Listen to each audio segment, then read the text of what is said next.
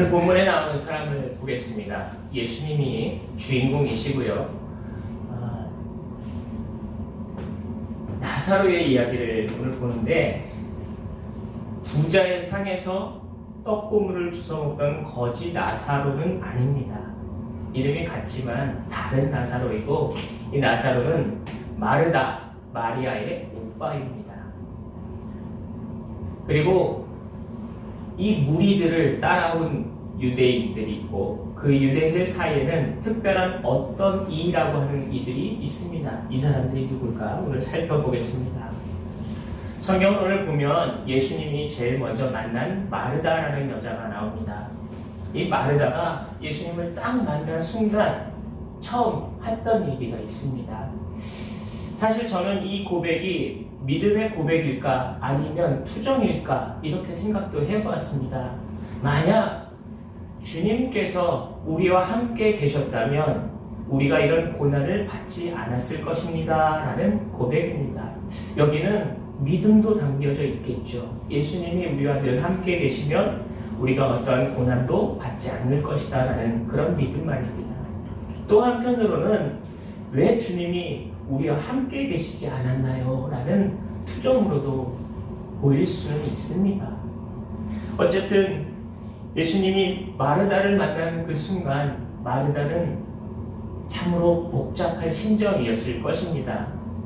여러분도 잘 아시다시피 예수님은 이 나사로와 그의 자매인 마르다, 마리아를 굉장히 사랑하는 이라고 했습니다. 굉장히 가까운 사이죠. 성경에서는 친구라고도 했고 아주 가까운 사랑하는 사람이라고 표현하기도 했습니다. 그만큼 가까운 사람인데 지금 나사로가 많이 아프다고 했고 또 마르다를 통해서 상황을 통해서 예수님과 제자에게 지금 나사로가 거의 죽게 됐습니다 라는 이야기를 전했던 이후의 상황입니다. 그러면 빨리 오셨어야 되는데 예수님은 그 이야기를 듣고도 이틀 동안 그곳에서 기다렸다고 하죠. 이틀이 지나고 나서 마르다가 예수님을 만났을 때 아마 마르다는 예수님께 원망이 섞여 있지 않았을까 생각이 들었습니다. 이틀 전에 오셨으면 내 오라비가 죽지 않았을 겁니다. 사실 우리는 모든 상황이 생길 때마다 좋은 일이든 나쁜 일이든 그 일이 생겨지면 원망부터 하지 않습니까?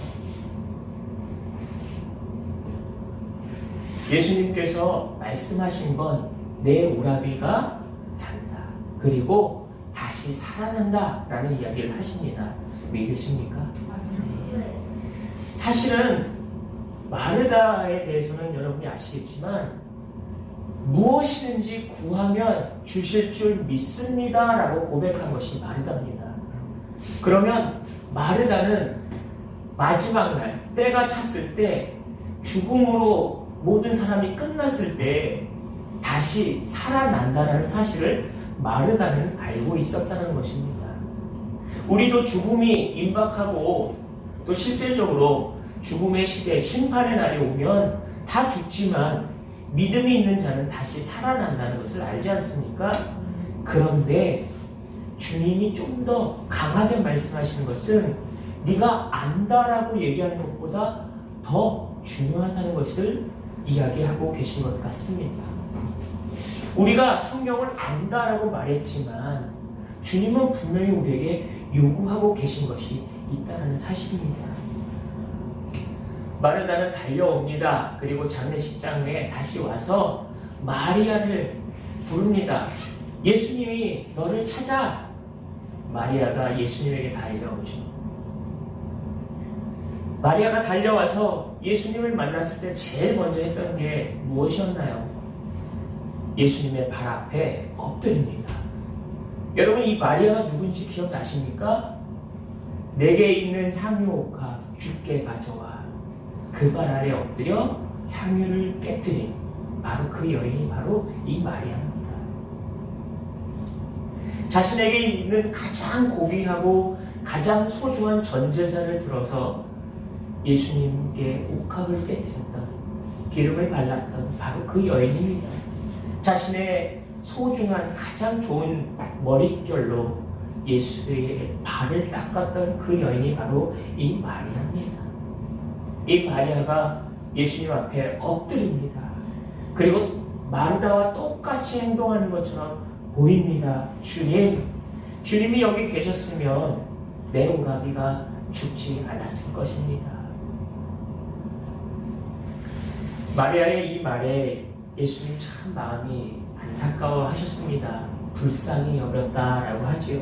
그리고 예수님은 참 인간적으로 멋진 분이에요. 눈물을 흘리신 분이십니다. 성경에는 예수님이 눈물을 흘린 자국이 3번 정도밖에 나오지 않는데 이 마리아의 고백을 듣고 눈물을 흘리셨다는 것을 보게 됩니다. 저는 오늘 이 3번째 사람을 집중해서 보게 됩니다. 예수님은 비통하셨는데 거기 있던 무리들 중에 몇몇은 비통하지 않았어요. 바로 레위인들이 보냈던 몇몇 어떤 이라고 하는 사람들입니다. 그들은 주문을 하지 않고 있습니다. 죽음에 대해서 잘 모르는 것 같습니다. 왜냐하면 그는 죽은 사람이 누군지 이름도 몰랐다는 겁니다. 그리고 죽은 이에 대해서 그 사람, 그라는 표현이 나옵니다. 죽은 사람이 누군지도 모르는 그 자리에 예수님이 온다라는 이야기를 들었고 그곳에 레위인들은 이 사람들을 보냅니다. 그들은 어떤 사람일까요? 바로 그들은 예수님을 감시하는 사람입니다. 어떤 것을 감시할까요? 예수님이 잘못하고 있느냐, 예수님을 죽일만 한 거리를 찾는 그런 사람들입니다. 예수님이 무슨 잘못을 할까, 예수님을 어떻게 고소할까를 찾고자 하는 무리였다는 사실입니다. 그리고 직전에 있었던 날 때부터 눈먼 사람을 고쳤던 이야기가 바로 이 다음인, 그 이야기가 있고 지금 이 상황이 바로 다음인데, 이 어떤 이들이 말하기를 눈먼 사람도 눈을 띄운 사람이 이곳에 있었으면 그이가 죽지 않았을 텐데 라고 비판을 합니다. 이 어떤 이는 예수님이 눈먼 자를 고쳤다라는 것도 비판하고 있었고, 또 이곳에서 나사로와 함께 있지 않아서 그 때문에, 예수 때문에 나사로는 죽었다라고 비판하고 있는 것입니다. 모든 상황에서 다 예수님을 비방하기 위해서 모인 사람들인 것 같습니다. 어쩌면 지금 우리의 현실 속에서 교회가 비판을 받는 것도 이런 것은 아닐까 생각도 해봅니다. 교회와 비슷한 이들이 욕을 먹고 결국엔 이제는 교회가 욕을 먹는 것은 아닐까 하는 생각도 듭니다. 저는 지금의 이러한 핍박이, 이러한 교회의 어려움이 참으로 안타깝습니다. 그럼에도 불구하고 오늘 성경은 우리에게 다시 한번 담대하라고 이야기를 하십니다. 죽음이라는 것, 사람으로 봐서는 마지막이고 끝인 것 같지만 예수님은 이 죽음 앞에서도, 마지막이라고 하는 것 앞에서도 한 가지 다른 시선을 갖고 계십니다. 비통하지만 무덤 앞에 나아가십니다. 그리고 그 무덤 앞에서 하신 말씀이 있습니다. 돌을 옮겨라. 여러분 잘 아시다시피 이스라엘의 장례식은 한 7일 정도 진행이 되죠. 그리고 이스라엘의 장례 문화를 보면 무덤의 형태가 수직 무덤도 있고 수평 무덤도 있습니다. 수직은 마치 우물처럼 고인을 이렇게 밑으로 내려서 닫아 넣는 것이고, 수평 무덤은 지금처럼 돌문을 열고 안에 시신을 넣고 선반 위에 올려놓고 돌문을 닫는 그런 장례 문화입니다. 그런데 예수님께서는 지금 말씀하시기를 돌문을 옮겨라라고 얘기하십니다. 여러분 잘 생각해 보십시오. 무덤의 돌이 작을까요? 그리고 그것이 쉬울까요? 쉽지도 않고 작지도 않습니다. 이 상황은 정말로 어려워요. 그런데 예수님이 그 돌문을 옮기라라고 말씀하고 계십니다. 마르다의 고백 아시죠? 아니 이미 죽은 지 나흘이나 됐습니다. 돌문을 왜 옮기라고 하십니까? 이미 썩은 내가 진동을 합니다. 왜 그러십니까? 사람들이 다 놀랄 것 같습니다. 시체를 보려고 하나? 냄새를 맡으려 하나? 사랑하는 사람이 죽었으니 너무나 속상하니 가는 길 다시 보려 하시나? 아마 그랬을지도 모릅니다. 그런데 주님이 마르다에게 다시 한번 강조하신 말씀이 있습니다. 여러분 기억하십시오. 내 믿음이 있으면 하나님의 영광을 보리라. 믿으십니까?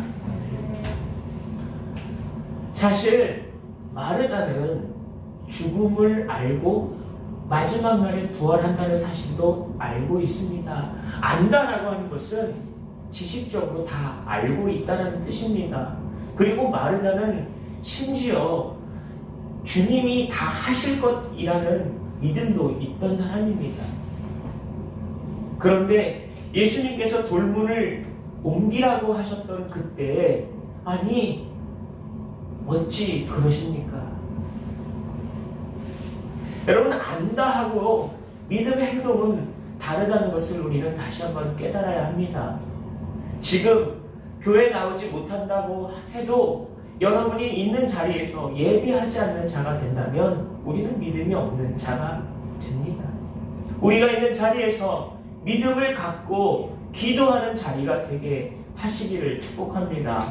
여러분이 있는 그곳에서 예배를 세우는 여러분이 되시기를 축복합니다. 여러분이 있는 그곳에서 믿음이 있을 때 하나님의 영광을 보리라. 주님의 말씀을 기억하십시오. 예수님은 제일 먼저 기도하십니다.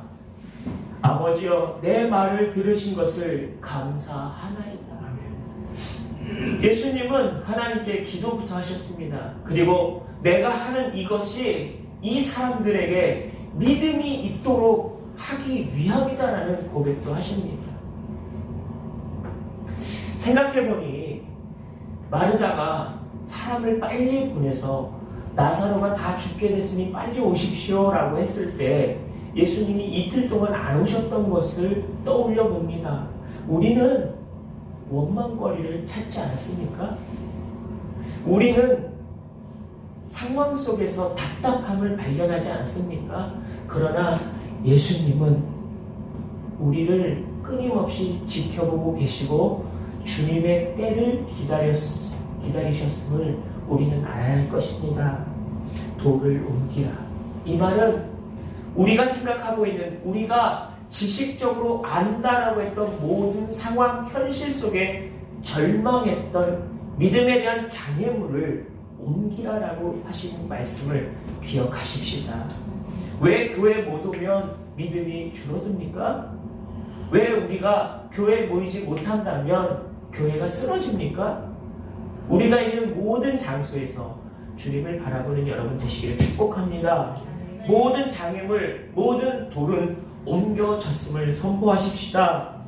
나사로야 나오라. 예수님의 고백, 예수님의 말씀, 예수님 이 말씀은 명령입니다. 이 말씀은 자는 자여 깨어라 일어나라 라는 말씀입니다. 예수님께서 이 말씀을 하신 것 기억하십시오. 우리의 영혼이 잠들어 있다면 일어나십시오. 우리의 영혼이 혹시나 모여있지 않는다 해도 여러분의 자리에서 깨어나는 여러분이 되시기를 축복합니다. 그리고 예수님은 배를 칭칭 감고 있는 죽었던 나사로가 걸어 나오는 것을 보시며 그에게 했던 얘기가 있습니다. 풀어서 돌아다니게 하라. 우리가 지금 상황이 어떻습니까? 우리나라 10,000명이 넘어요. 확진자가. 죽은 이도 200명이 넘습니다. 유럽 전체는 80만 명이 넘습니다. 그리고 미국도 40만 명이 넘는다고 하죠. 세계 코로나 발병이 오늘로서 딱 100일입니다. 100일인데 150만 명의 확진자가 나왔습니다. 우리나라에도 초중고 학생들, 심지어 대학교까지 개학을 못합니다. 그리고 사상 초유의 최초의 역사에 온라인 개학을 했습니다. 정부는 사회적 거리두기라고 하였고 교회는 계속해서 문을 열지 못합니다. 이 사태를 보면서 절망이라고 말합니까? 고통이라고 말합니까? 또는 죽음이라고 말하겠습니까? 아닙니다. 저는 오늘 부활절, 예수님의 부활절은 우리에게 새로운 영혼의 부활을 의미한다고 선포하고 싶습니다. 여러분이 있는 모든 자리에서 영적으로 깨어나는 부활이 되십시오. 우리는 주님이 우리에게 주신 말씀을 기억하십시다. 예수께서 이르시되 나는 부활이요 생명이니 나를 믿는 자는 죽어도 살겠고 무릇 살아서 나를 믿는 자는 영원히 죽지 아니하리니 이것을 내가 믿느냐? 네. 주님이 마르다에게 질문하셨던 이 질문이 여러분에게 주시는 주님의 질문이 되시기를 축복합니다. 여러분, 안다라고 말씀하지 마시고 주님 앞에 믿음으로 선포하며 서는 여러분 되시기를 축복합니다. 기도하겠습니다.